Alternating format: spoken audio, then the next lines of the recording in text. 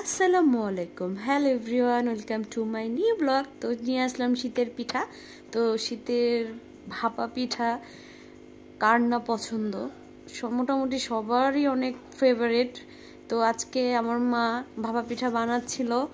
তো আমার ভাইয়ের বউ কিছুটা ক্লিপ নিয়ে আমাকে দিয়েছে, যেহেতু আমি আমার বাসায় ছিলাম আর মা ছিল মায়ের বাসায়। মা আর ভাইয়ের বউ দুজন মিলে এই পিঠা বানিয়েছে। ভাইয়ের বউ ক্লিপ নিচ্ছিল। তো আমার মার হাতের পিঠা এত এত মজা হয়েছে, কি বলবো আপনাদের। যদি খাওয়াতে পারতাম তাহলে বলতে পারতাম। যাই হোক, আমার মা আমাদেরকে শীতের পিঠা বানিয়ে খাইয়েছে, এর জন্য আমার মাকে অসংখ্য অসংখ্য ধন্যবাদ। তো অনেক সফট আর অনেক সুন্দর হয়েছিল। দোকানের পিঠাগুলো যেমন খেলে অতটা ভালো লাগে না, বাট মায়ের হাতের পিঠাটা যখন খেয়েছি এত সফট, এত নরম, এত সুন্দর হয়েছে।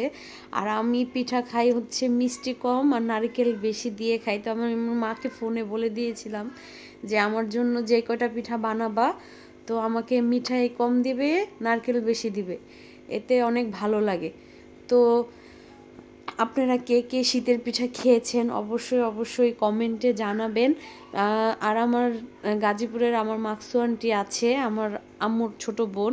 তো আমার আন্টি কিন্তু আমার জন্য সবসময় পিঠা আলহামদুলিল্লাহ গাজীপুর থেকে পাঠিয়ে দেয়। আমার মা যখনই যায় পিঠা নিয়ে আসে। তো আর পিঠা আমার আসলে ভাপা পিঠাটা আমার কাছে খুবই ভালো লাগে। আলহামদুলিল্লাহ আমি এক বসায় 3টা থেকে 4টা খেতে পারি।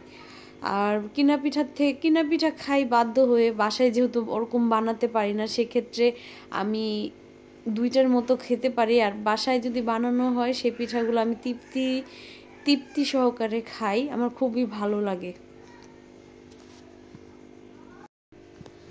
তো আমার মার আমার বাসা হাইস্ট 10 মিনিটের মতো লাগে।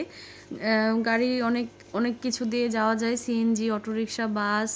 আর আমার ভাইয়ের বউর তো স্কুটি আছে, শাশুড়ি বউ দুজনে স্কুটি দিয়ে চলে আসে।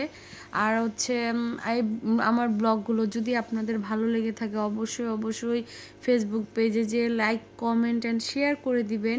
আর ইউটিউবে যে একটা সাবস্ক্রাইব করে দিবেন। দেখতে পাচ্ছেন পিঠাগুলো মাশাল্লাহ মাশাল্লাহ কত সুন্দর হয়েছে।